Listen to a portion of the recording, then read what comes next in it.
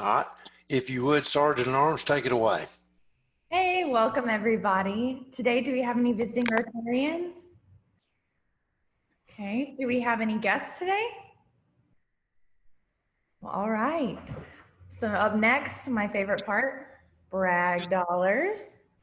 Who would like to start us off? I would like to brag. We had a surprise visit from Philomena's oldest daughter, her husband, and 2 grandkids Saturday. They're here they went stir crazy in Maryland, got in the car, drove down here, and we've been entertaining them. We're borrowing swimming pools. Thank you, Rick Creasy. And but they're having a blast, and we're having a blast with them too. Awesome. Good deal. That's a good brag dollar. All right, who's next?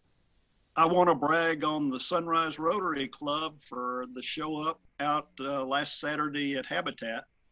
We got some excellent landscaping done through some pretty hard rock as we went down and finished up by 10:30. It was a good day. Very fast and efficient. Okay. Come on, somebody. How about I have a brag. And his wife will be at Habitat this Saturday. There's a meeting at 11:45, and then they will start in the afternoon. Governor's wife is bringing 10 volunteers with her. So if anyone else would like to volunteer on that Saturday afternoon, come on down. It's actually this Friday afternoon. Excuse me, the Friday. 31st. Absolutely right. Thanks, Alan. It's Friday. Tomorrow. That's tomorrow. Wow. Okay, guys, we got to step up our brag dollar game. We do have a brag dollar from Bob Anderson. Can you hear me? Yes. Yes. Yes. Yeah, we had an angel flight on Saturday. And Cool. we were able to transport a gentleman who has significant problems with diabetes, although that's not why he was flying. He was going from Austin, Texas to Poughkeepsie, New York. And he was going to visit his father, who is passing away, as it turns out. And because of his diabetes problems, he was very concerned about flying commercially. So we agreed to have 3 pilots fly him from Austin to Nashville. I flew him from Nashville to Clarksburg, West Virginia. And another pilot flew him from Clarksburg, West Virginia up to Poughkeepsie to see his father. So I want to thank the club for their support in buying the fuel for that. And you can understand that we were all very careful to wear masks and do the appropriate things. And we are warned as Angel Flight pilots that if we had any exposure, we should refuse to fly. So he was secure in that knowledge. And once again, thanks to the club for supporting those efforts. Awesome. Well, we're going to go ahead and move on to our lottery winner. Now this week we had a tie. See, you guys don't know how I do this. I normally do it when you zoom in, but by a few seconds, that tie was changed. Our winner this week is Bonnie. Congratulations. You get the luxury of knowing you are a part of such an amazing group of people who do a lot of great work in the community. And we're really happy you're in our group. Oh, wonderful. Thank you. Of course, of course. So following, we have our question of the day. In what city will the 2021 Rotary International Conference be held? A, Taipei, B, Hong Kong, C, Seoul, D, Bangladesh, E, Istanbul. Going to be in Taipei. Taipei, Taiwan. Yes, you are correct. Sorry, we don't actually have prizes, but once again, you just get the privilege of being a part of this great group of people. I mean, we're just happy you're here. So, Thank you. And also remember, we're starting Fun Facts starting in August. So with your fellow Rotarians, so if you have any problems with who you're paired with, or if you have a problem with the date that's set next to your name and you need that changed or moved, please let me know sooner rather than later, and we'll go ahead and get that swapped for you. And that starts next week. Mhm. I think Alvin, and I can't remember who the other was, but Alvin, they're getting the date swapped. who? Alvin Word is getting his date swapped. So he will Okay. not. So I'll be Yeah. without. Yes, Yeah. Andy Anderson's without. Yeah, Ty, it's election day and I'm working the polls. Oh, So is it so- Thursday? Election Yes. day's on Thursday? the 6th, Okay. I don't know why I Yeah. was thinking it was always Tuesday, but So the next week that will be swapped around. So you'll get good notified. deal. We'll be posting before Thursday. Well, have fun, Alvin. oh yeah, give me a hemorrhoidectomy or something, Hey, Ty. While you're up, Katie, would you want to go ahead and give a brief gala update? Sure. So far for the gala, Lisa and I have some videos scheduled today. So I will be in the Cleveland area shooting some of those from a lot of local organizations. Well, 3 local organizations in the community that we do a lot of work with. That will be just giving a little spiel about what it means that we help them out, how they're grateful for us and our club, and just giving us some nice caring words and shout outs. And that's going to be the Caring Place, the Salvation Army, and Habitat for Humanity. So we'll get those going. And you guys will know more soon. We need a better name for the gala, aside from just the ungala. So if anyone has any additional ideas that you would like to contribute to our digital gala this year, please let me know. And you will be updated more moving forward. Good deal. Ty, while we're at a break, I forgot I need to make an announcement. Don't forget we're doing shoe boxes again. And Lisa and I have been working on some ideas. If people can contribute whatever they want to, whether it's money or whether it's actually items to put in the boxes, Lisa and I will kind of inventory them. And then with the money that is donated, we will fill the boxes with additional items that are missing. So if we're going to try and figure out where there's a drop-off point where anybody can drop off items. If you have a place that you can volunteer to have things dropped off, please let either Lisa or me know. All righty. Jerry, you want to give a brief update on what we know about meeting in person? Yeah. Yes, I spoke with the people at the Elks last week, and they're looking at September at this point. That's their target goal to start letting civic groups come back in. Originally it was July, and then as things have evolved, now we're looking at a September date. But they still want us to continue meeting there, and just a matter of getting the COVID logistics worked out. Good deal. Thank you, Jerry. Is there any other business that needs to be announced? I really think that Joyce should have given you a brag dollar, Katie, but all righty. If we will, then I'm going to turn it over to Jim. Jim, are you introducing this morning's speaker? Our speaker this morning is Ralph Baldwin, who is the publisher of the Cleveland Daily Banner. Now, he's spoken to us a couple of times before, so I think most everyone knows him. He was with the Greenville paper for about 8 years, and then before that, he was with the McMinn County Athens Daily Post Athenian for about 20 years. Then he found that Cleveland was a better place to live than any place else. But if there's anything that's been changed by this virus, it's the newspaper industry, which is still having some problems that he's talked about before. And they've changed their publishing schedule and everything. And so he's going to talk about that today. One thing I want to make a comment on, the Cleveland Daily Banner is a community newspaper.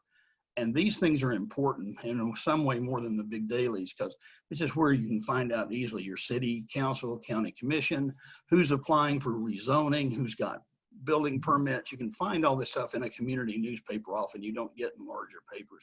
I just think they're very valuable.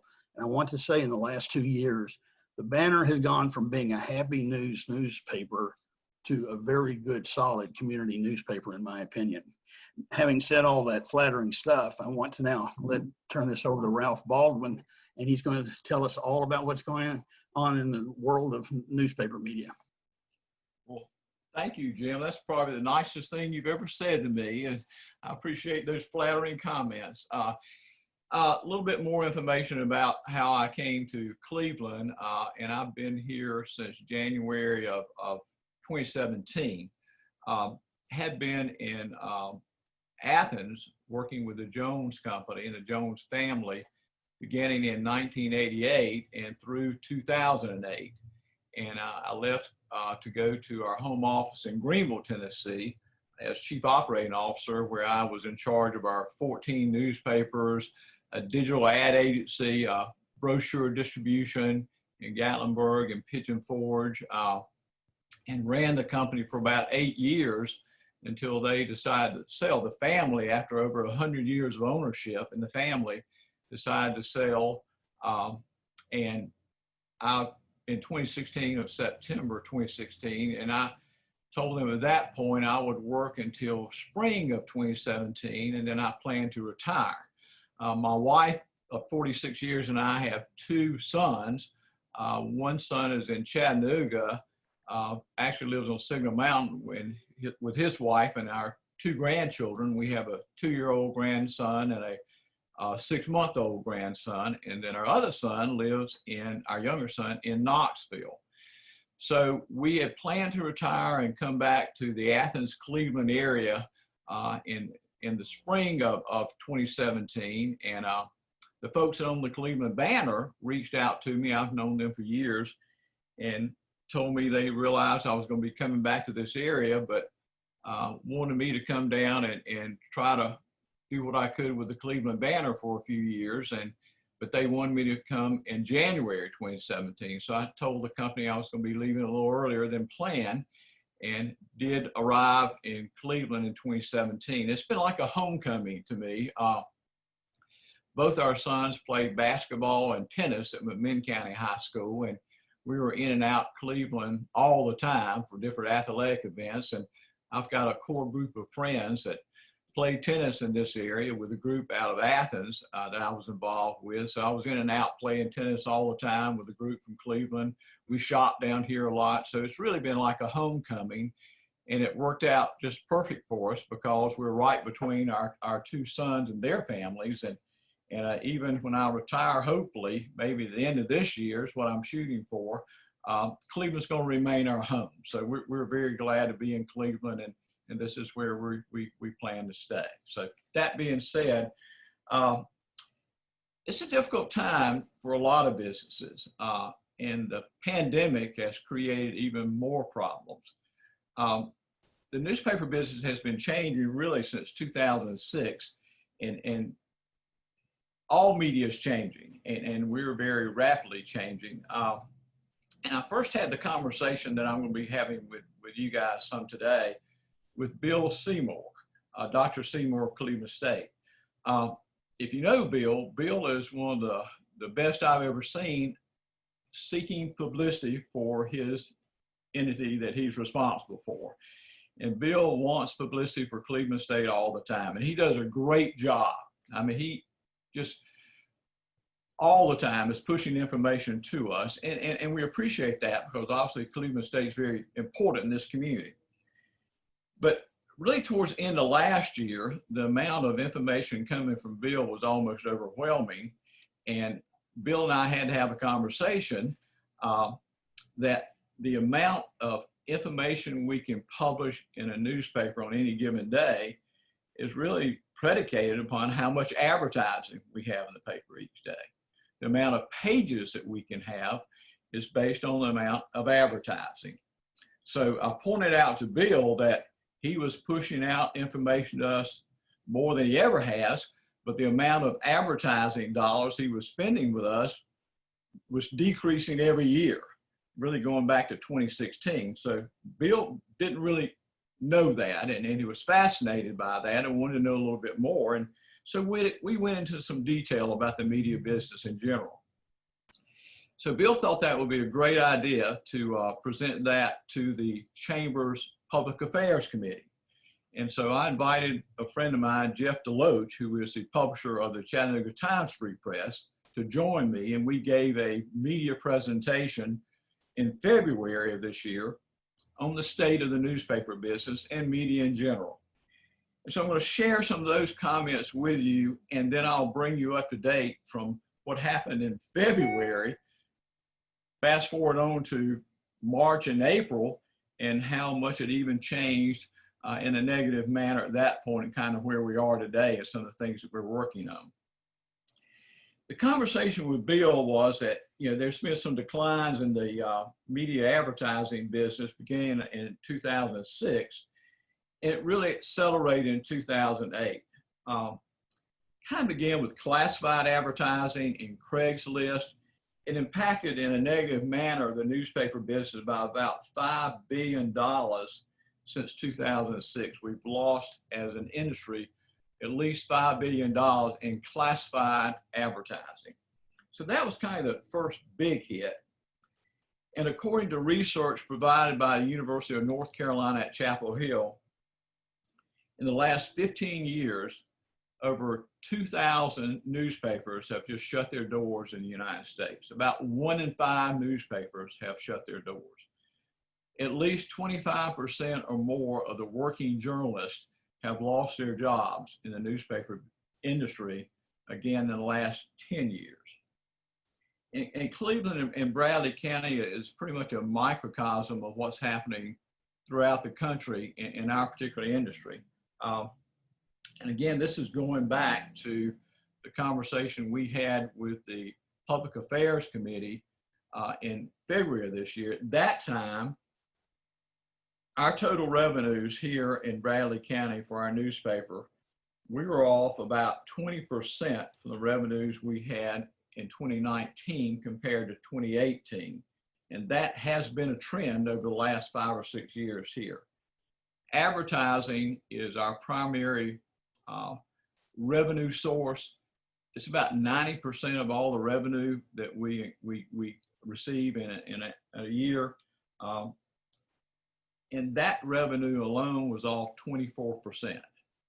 And 2 of our largest categories are display advertising, and that's off 21%. And our largest category of advertising is preprint or insert advertising, and that dropped 25%. So you can see the trend was not good. And actually in 2019, as far as I can tell, it's the first time in the history of the Cleveland Daily Banner, and our history goes back 166 years. I don't have all those financial records, but I got a lot in the last 30, 40 years. First time this newspaper has ever operated at a loss for the year. We didn't make a profit. In 2019, we actually lost money. Display advertising has been adversely affected over the last few years. Bank advertising has always been a very large category for newspapers, and that advertising has pretty much dried up.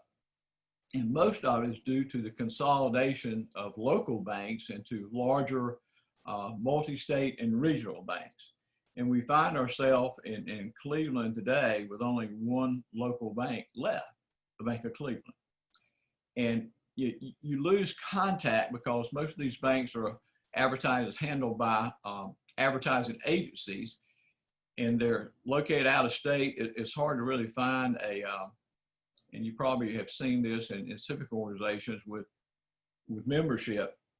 You used to have a city president or someone in charge of the bank in the local community, even was owned by another out-of-state entity. You don't find that much anymore. Some of the banks that are owned by out-of-state entities here, you can't even call a local number to the bank. You have to go through an 800 number, and there's no one to talk with anymore. So that advertising has somewhat dried up. It's been difficult. The automotive industry was huge advertisers for newspapers for many, many years. We're down to 3 local dealerships, owned dealerships, the largest being the Ledford dealership, Chevrolet GM dealership. The others are mostly owned by out-of-area entities. They change general managers on a frequent basis. They're looking at a larger regional advertising buy, a lot of broadcast, a lot of online selling, and we're just not getting very much advertising from the car dealerships or the banks anymore. So we got hurt in those areas, in the display, which is the second largest source of revenue for us. And then the preprint advertising started getting hit as well. That's off 25%, or was until recently. Walgreens decided they didn't need to advertise in the community a few years ago, and they stopped. And then they bought Rite Aid, and then they closed the Rite Aid stores here.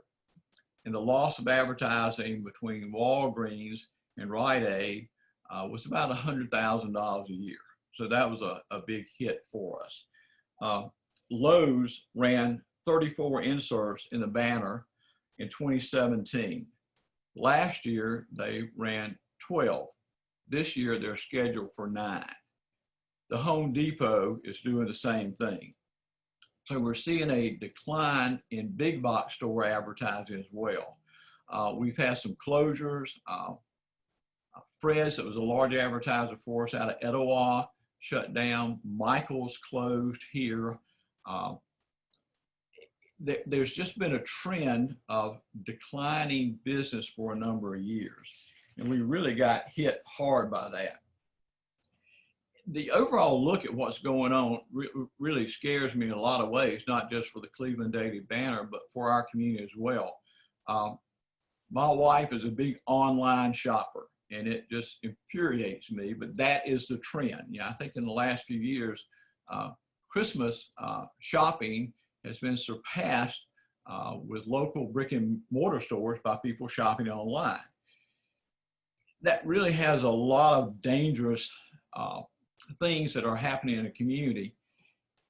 You're having the large retail big box stores are all in trouble. We know J.C. Penney is shutting down most of their stores. It's affected us here in Cleveland. Belk is having a lot of issues. Kohl's, Target, I mean, you just go through the list. They're seeing the shopping trends moved online.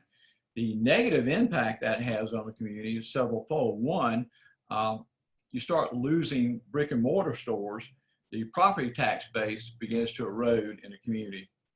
It has a really bad effect on smaller communities from the size of Athens or Cleveland. You start losing those big box stores and brick and mortar stores, you start seeing a loss of tax dollars. You also have a loss of sales tax dollars when that happens as well. So that trend has affected newspapers and is beginning to affect local government. You have all kind of ramifications that are not good when the trend continues. So, you know, online shopping is wonderful, it's convenient, it's going to continue to grow, but it is going to have a negative impact on local media and our local tax dollars as well. But that's one of the things that has affected us. And we know that, you know, with Kmart gone, Sears gone, JCPenney's closing up, Office Depot, on a larger scale, Neiman Marcus, Cole Haan, the two largest processors of fluid milk in the United States, Dean's Food, which is in Athens, owns Athens, Mayfield's Dairy, and Bordens all have filed Chapter 11 within the last few months. Crystal's even has filed Chapter 11. So you're having retail and different segments of industry in real trouble right now, and that has filtered down to the newspaper industry. Who's your speaker? So you fast forward just a couple of months from what was going on in February, and then the pandemic really hits us full force.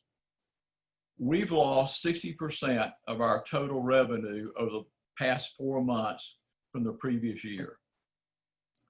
And it happened very quickly. It started in really March for us when a lot of the food stores stopped advertising with their preprints because they weren't sure of how they were going to receive their goods to sell. And they were all doing inserts that have to be printed weeks ahead of time. They're printing millions of these things to be distributed throughout a region or the country in some cases. And they weren't sure what kind of shipments they were going to get in, so they didn't know what they could advertise. So they had to stop for a while. Belk stopped, of course, JCPenney stopped, Target stopped, Kohl's stopped. A lot of them, like Belk, just closed their doors as JCPenney's for a period of time, and others. So here we were with a dramatic drop in advertising and no way to get out and even sell advertising. The local merchants were impacted as well. We kind of got hit with a double whammy in that we were still having payroll here. We didn't shut our doors, and we were still pushing the paper out every day. And our largest expenses are newsprint and our payroll. So while business was dropping dramatically, we still felt the obligation. We had to be publishing every publishing day to make sure people were aware of what's going on in their community.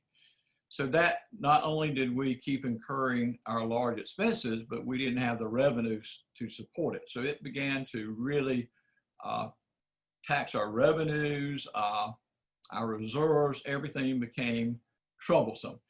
So we started having to figure out what was going on. And I think the third leg of that stool that began to break was our ability to collect for the advertising that people owed us. Some very large entities, particularly large big box stores that use advertising agencies, their normal reimbursement for advertising is about 90 days. They're on a 90-day payment cycle. That started stretching out to 150 and 160 days, partially because some of these businesses just shut down. They were not paying the ad agencies, who then decided they were going to delay payment to us. And we've got some of the larger retailers in the community, through their ad agencies, haven't paid us since December. And this is not a reflection on a company, but Volkswagen, for instance, placed some hiring ads with us back in December, and we're still trying to get paid from Volkswagen. They shut down for a while. The invoice got lost. It goes through several departments, ends up having to be approved in Germany before it can be paid. So again, that's probably not a lot of money for them, but for us, when we're trying to make payroll every 2 weeks and pay our very large newsprint bill every 30 days, it's tough. So again, we're in a situation where revenues drop. They were dropping anyway, but not to the extent. We were finding ways to find new revenue to replace it. But then the pandemic hit, and that really wiped us out. And then we are having issues trying to collect from people that owe us money. That's kind of where we find ourselves today. So we're having to look at a variety of things.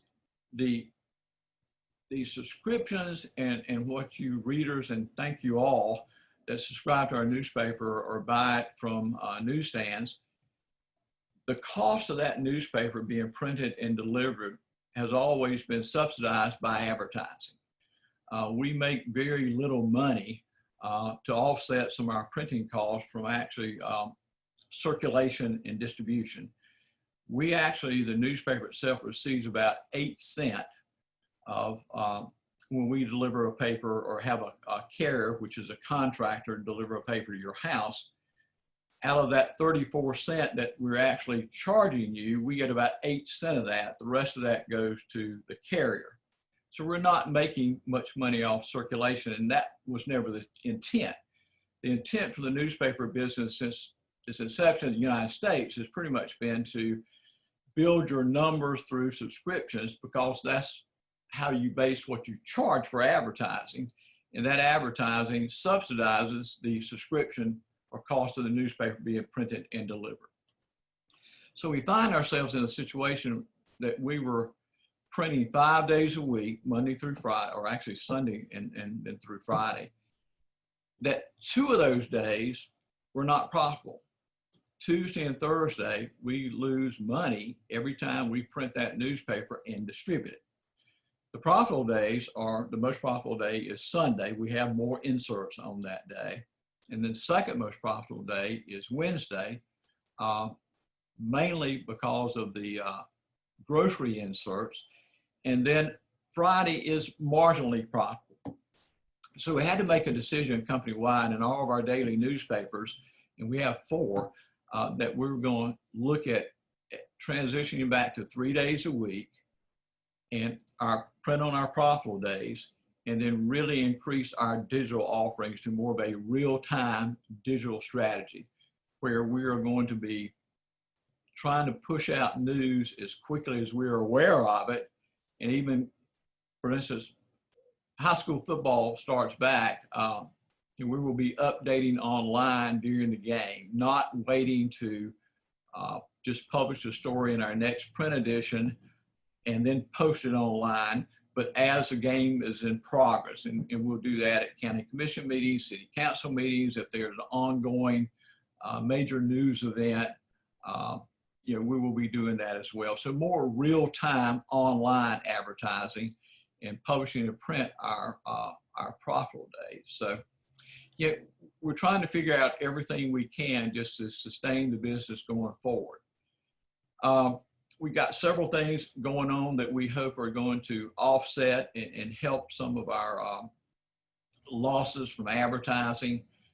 We don't know when this is going to get better. The best estimates we have is we're going to be suffering through this pandemic probably through most of 2021 before we see some things getting a lot better. Some of the advertising has come back, not all of it. Some things that we were working on that were very successful last year have had to be put aside. We did a senior expo at the museum last year that was very successful. Had 400 or 500 seniors out, 40, 50 vendors. We did well financially from that. We had planned to do that again in September this year. Obviously, we can't gather a group of seniors together at this point, or anyone. And of course, the museum could not allow us to do that. So that has been put off to hopefully sometime next year. But that was one of the things that we were working on, events in the community. And now we're having to delay that. So that hurt us. Even the things we do, like a special section for football, has been delayed because until yesterday, we weren't sure we were going to have a high school football season. The football contest, the football poster we do for schools has been delayed. At this point, we're working on a new digital strategy that we're going to be pushing out a lot of things on our website and our e-edition beginning in September. Advertising, we think that's going to be a help. And we've actually, let me grab this right quick, I'll show you.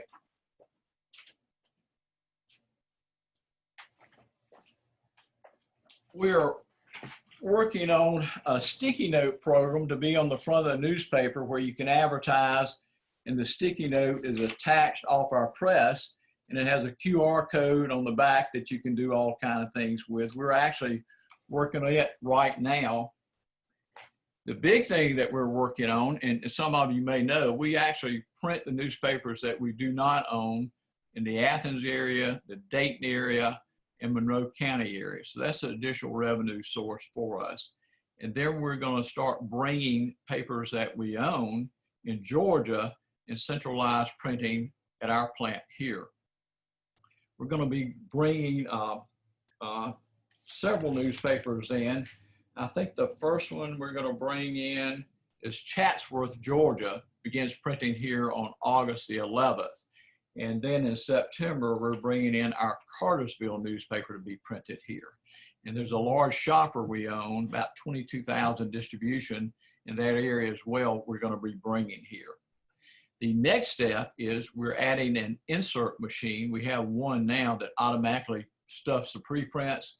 We're adding another one. We're working on getting it now, and we will begin inserting for the papers in Athens and Dayton and Monroe County in late August. And then we'll start inserting for these other newspapers in Georgia that we own as they come aboard. So we're looking at a world where we realize that advertising is not going to get back to the pandemic level even. And we've got to find those new revenue sources to subsidize what we're trying to do here at the Cleveland Daily Banner. That's kind of a snapshot of what's happened. It's basic economics 101. You got to make a profit. We're a for-profit business. And if you don't have enough revenue coming in to support what you're doing, you have to figure out a way to reduce your expenses and a way to bring new revenue streams in. So that's where we find ourselves right now. The pandemic has been a nightmare for all of us.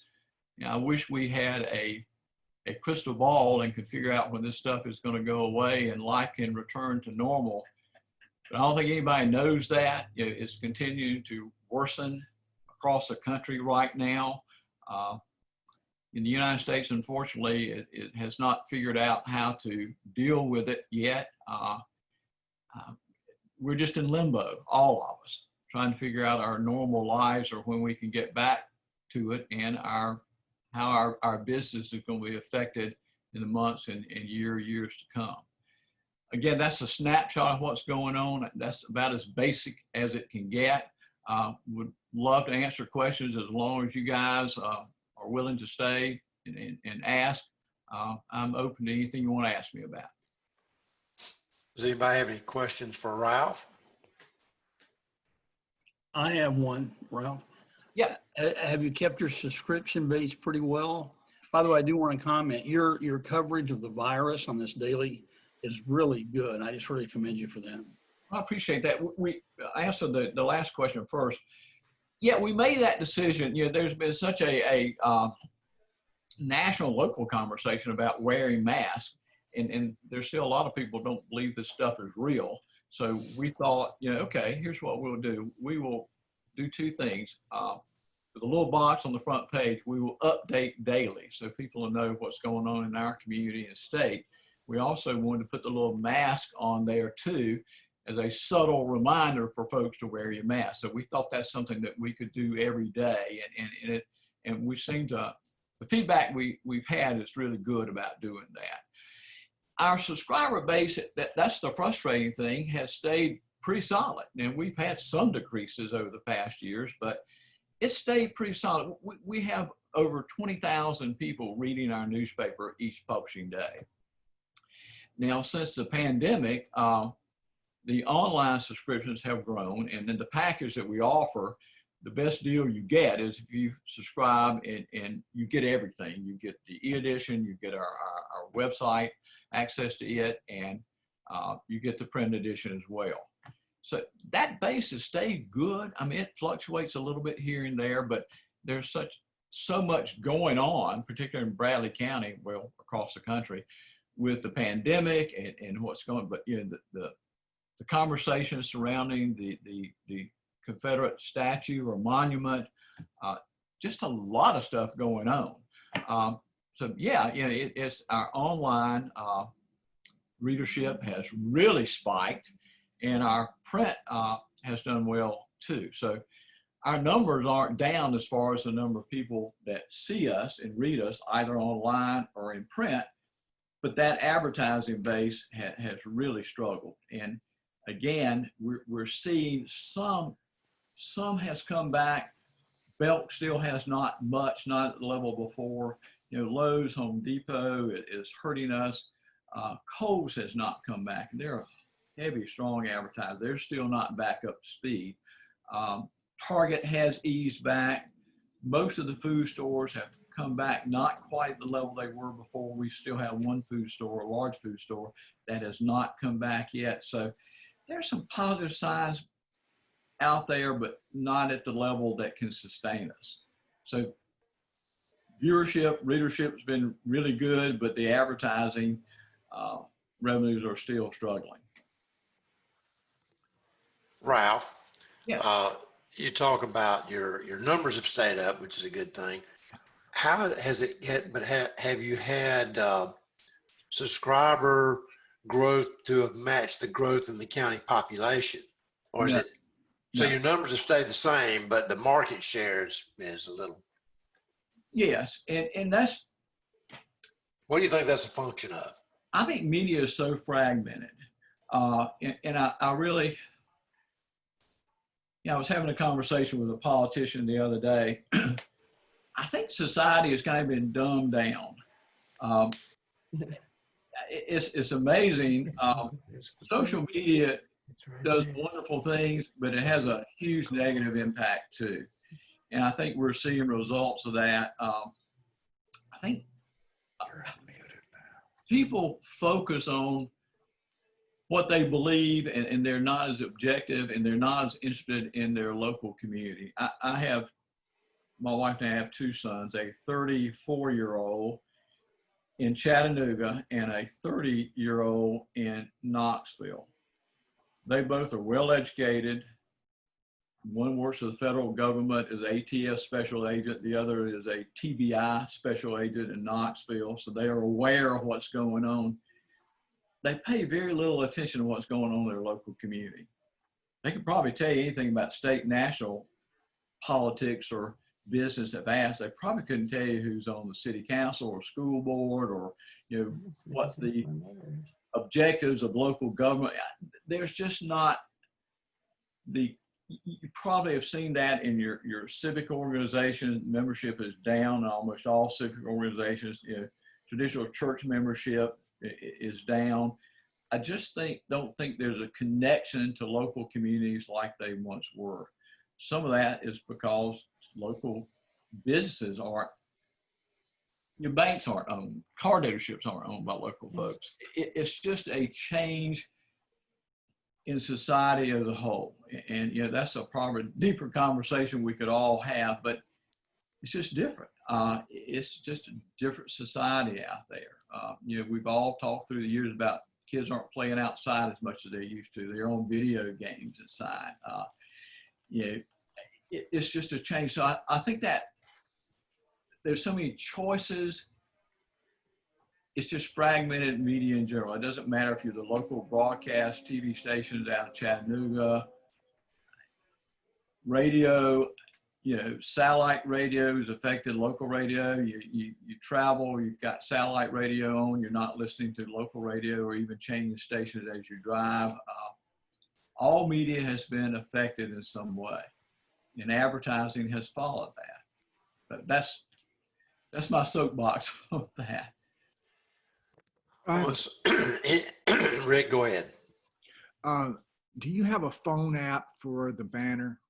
We actually do. We have developed it, started on it 3 weeks ago. It is ready for Android. It's working fine on an Android phone. And the Apple and iPhones are a little bit different. We're still about 2-3 weeks away before it's ready to release on iPhones. So we have it, we've developed it, we're ready to go with it, and we'll present it in the next couple of weeks. Hopefully be ready for Apple iPhones as well as Android. Okay. Ralph, you have. I'm a member of a community bulletin board here, and there's tremendous confusion and a lot of questions about school openings. And I know that some of that is just baked in because of our situation. I was just wondering, has the paper considered doing some type of, focus by getting the school superintendents, together and coming up with some clarifications and communicate this to the community? Yeah, we actually had a story on earlier this week in details about what the school systems want to do. And again, you're right. It seems to change almost daily. So we had a story earlier this week, and I think we focused initially on Bradley County schools, but we've been updating Cleveland City schools on a regular basis as well. So we are doing that about every other day at this point. So and obviously it's on our website as well daily. Now, one thing will happen the 1st of August. We've been announcing this stuff for weeks now. Right now, you can go on our website and you can get 5 stories free in a month's period of time. That will change as of August 1, where we will be behind a hard paywall. If you're a subscriber, you will get everything. You can get unlimited information on our website, and our e-editions will be available to you. If you're not a subscriber, you're going to have to become a subscriber to get that information, either in print and online subscriber, which is actually the cheapest package, or an online subscriber only, or a print subscriber only. So we will be behind a hard paywall with everything beginning August 1. And our app will be released hopefully within 2 weeks as well. Ralph, I have a question about pricing. Yes. You are probably one of the lowest priced things that I have. Is there any chance that you could increase your prices even slightly, or would that hit your people unsubscribe because of it? Well, yeah, that's a great question. When I first got here, we have a Tennessee Press Association directory that has every newspaper in Tennessee listed in it. Also has their prices for an annual subscription. I looked at the subscription rate, and when I was with the Jones Company, I was responsible for at least in the Adams Company, about 40 newspapers in several states. So I had access to all this information. And the Cleveland Daily Banner, for a newspaper our size, had the cheapest subscription rate of any newspaper in the state of Tennessee. So I look back to see when the last time we had a subscription price increase. It had been 16 years. I'm like, okay, no wonder. And so after I've been here about 1.5 years, we've got to have a subscription price increase. So we had a small one. And I think we went from $7 a month to $7.25 a month. That backlash was incredible. I mean, we had 500-600 phone calls. People want to cancel the subscription. It was awful what we were doing, and we were trying to explain that to them, that we haven't had a subscription increase in 16 years. That kind of died down and went away. And now with the announcement that we're going to be reducing, and what we decided to do, we had several choices. We could reduce our print edition frequency to 3 days a week from 5 and leave the print subscription price the same. Or we could continue publishing 5 days or raise the subscription rate quite a bit. Or we could struggle on for a few months and probably just go out of business. Those were the choices we had. We felt like the best choice was to, particularly for seniors on fixed incomes that are a strong core base of our subscribers, let's leave the print edition at 3 days, or go to 3 days a week, not change the subscription rate. It's only a couple of cents a day difference than if you run the numbers on what it would cost you for 5 editions plus 3 editions, small increase. We've had probably about 30 or 40 people cancel their subscriptions because of the price.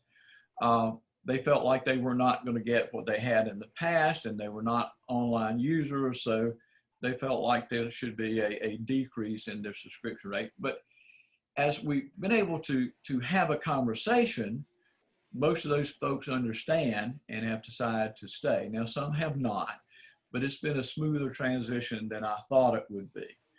But we really got ourselves in a jam because we didn't have a small increase every few years as payroll increased, insurance costs increased, and newsprint has doubled and tripled. So we really made some mistakes through the years, not having a small increase every few years based on the cost of what we had to do. And now we find ourselves trying to make up for it, but most people are not very understanding. They just see the price going up on something while they're struggling at home. So that's kind of, to answer your question, where we've been on the price of a subscription. Can I ask about, like, what areas do you think that the content of the paper is strongest, and like what do you see, like how do you see the paper serving the community, like content wise? Like I know that when, I mean, not to make a political statement, but like when Eric Watson was sheriff, there were some real scandals, and the Cleveland Daily Banner covered none of it. It was all covered by the Free Press. And so if you want to know what was going on in Bradley County, you had to buy the Chattanooga paper, you know? And I was told then that the reason they weren't covering it was because it didn't fit the vision of the paper and what it wanted, you know, to project as our community, which was, you know, I thought that was an honest answer. But like, how do you see the vision of the paper? What is the paper, like, content-wise doing well? Is there any investigative reporting? And then as a follow-up, I just want to know, like, what papers do you think in America are getting it right today? Well, do you read our paper regularly? Yeah, I do. The reason I say that, you know, I was here during the Eric Watson, you know, before he was defeated. We did cover everything that was going on with Watson and anything that, you know, some of the scandals involved, from, you know, anything that you think of, we did cover it. We covered it in a different way. The lady at the Chattanooga Times Free Press was sensationalizing it every way she could. You got to remember, where there's outside media, Chattanooga Times Free Press, or TV stations, their interest in covering the Bradley County community in Cleveland is only if it's a sensational type story. You know, they're not going to come up and cover the normal court hearings and city council meetings, county commission meetings, school board meetings. They're only going to show up unless there's a big story that's sensational, and then they will sensationalize it. That's what they do. You know, what we do is cover the local community every day. So it's really not true that we didn't cover all that stuff. We had everything from supposedly the issues between Eric and his wife and her running through the courthouse parking lot, and anything you can imagine going on. Eric and his father curbing cars and selling them, and you know, lawsuits. I mean, it was, you know, I bet you Eric called me twice a day for 6 months complaining about everything we were doing. And then with the other side was calling us, telling us we weren't doing enough. And the others were talking about Chattanooga and how bad they were sensationalizing everything. And I can't remember the latest last name. Judy something was up here only to stir up problems. And so, yeah, we covered in a different way because, you know, this is our community and our home, and we're here all the time. And when you look at Chattanooga, they may have one or two things once in a while about Cleveland or Bradley County, but everything we do, our focus is on Bradley County. So we do that every day. And that's going to be continuing what we do. Our focus is going to be trying to let people know what's affecting their lives in Bradley County. As far as newspapers that do it right, you know, it depends on the three that have the best chance for survival as they are, because of different reasons, is the New York Times, because they have an international audience and they're the best in the world about pushing information out digitally. You know, their online subscriptions now have outrun their print subscriptions, but they have a worldwide audience. The Washington Post financially does well. One, they're owned by Jeff Bezos, so you know, don't have to worry about much, but they're in the political capital of the free world. So folks across the United States and worldwide pay attention to what the Washington Post is doing. So financially, they're going to continue to do well. And then there's the Wall Street Journal. And they have, you know, they're in the center of the free market world. And so they're going to continue to do well. And they're owned by ownership that is very well financially set. Outside of that, I think you'll see most of the newspapers in this country continue to struggle. For instance, the folks that own the Chattanooga Times Free Press is a company called Rico out of Little Rock, Arkansas, independently owned. And they're right now in Little Rock, their flagship, they're pushing everyone towards a digital subscription. They will even give you an iPad if you have a digital subscription, or they'll rent you one at a discount price. Their goal is to stop printing, period, in print and just be online. they've taken that to several of the other newspapers already, and probably you'll see that in Chattanooga move that direction in the next year or so. The publisher down there told me a year ago that they're looking at a world without preprint advertising, period, in the next 3 or 4 years. So they're beginning that transition. Every time you swipe a card, your card at Food City or Publix or CVS or Walgreens, they're getting your information so they can put together a coupon package for you that you can download, and they're going to do away with their print inserts at some point. So, yeah. All right, Ralph, I'm going to have to cut the questions short here. We're over time. Thank you so much for your time this morning and the information. That was a very nice presentation into the inner workings of the newspaper business. Good, good. Guys, let's do the 4-way test. And I think, Katie, you want to hang around and talk about the gala a little bit? Yes. Okay. So, folks, let's do the 4-way test of the things we think, say, or do. Is it true?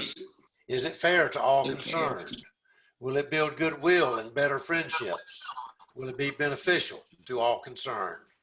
I hope you all have a great rest of the week and a great weekend. We will see you next week.